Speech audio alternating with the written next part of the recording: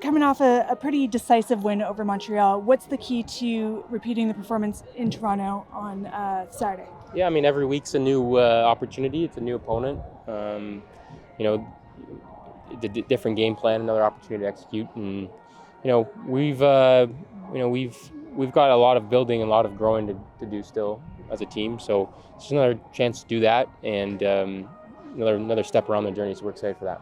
That building, that growth. Where do you see room for that to happen?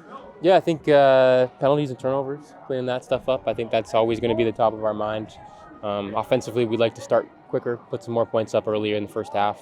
It's always good to be able to put it together in the second, but we'd like to be able to really put teams away. So make it easier on our defense. So I think when we get to that point, I think we're really close, which is exciting, but certainly never going to be satisfied with it. On Saturday, you talked a little bit about how you were happy with how you'd spread the ball around, targeting lots of different guys. Talk to me about where your offensive group is at as a whole and how you're feeling at this point in the season. Yeah, that was before I found out that Hatch had 11 catches. I didn't realize that he had that many. So, I think obviously it's a group that's shown that, it doesn't really matter, who's hot. It could vary week to week. They're all going to touch it. They're all going to make an impact on the game. And,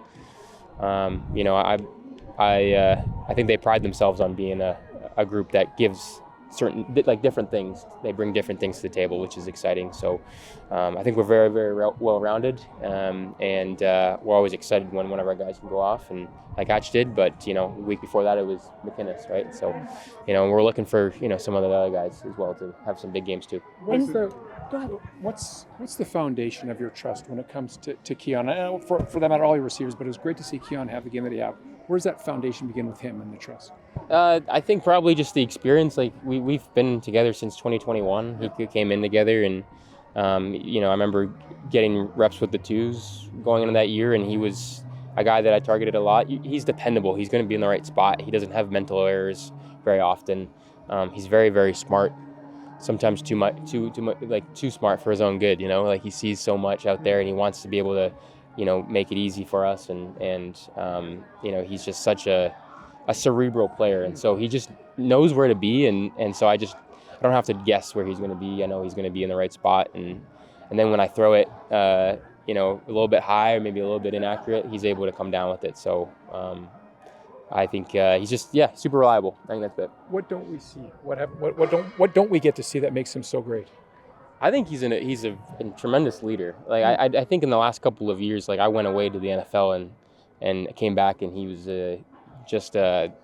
found a real voice and a real presence, and he added to the locker room something that as probably a young player, as the fifth option in 2022, at times, he's really become a really good presence for the young guys, and for our team, right? He's a vocal leader on our team, and we really appreciate that in him.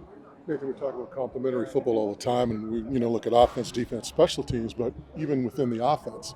Talking to James Butler, I said, what was it about this offense that really excites you? He says the commitment to the run. How much does that commitment to the run help the passing game?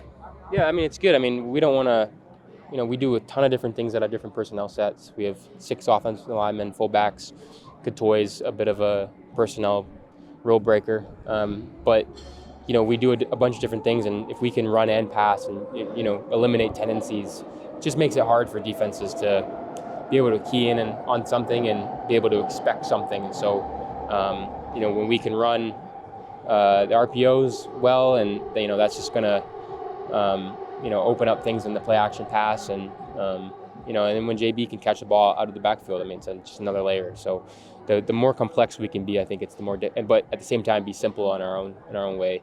I think the better we're going to be. You talk about that complexity. Imagine learning this offense. It's an ongoing process. Each week you're adding little nuances, progression. You have the foundation in place, but how exciting is that to continually evolve with this offense and continually add the little nuances and the progressions off of certain series or formations? Yeah, it's very exciting. We know that, like you said, it's every week we're building another layer, and we're every time a new defense gives us a new challenge, we try to figure out ways to adapt to it, and it's a constant evolution. So that's fun. How much do the penalties grate on you guys still at this point in the season, taking 12 penalties?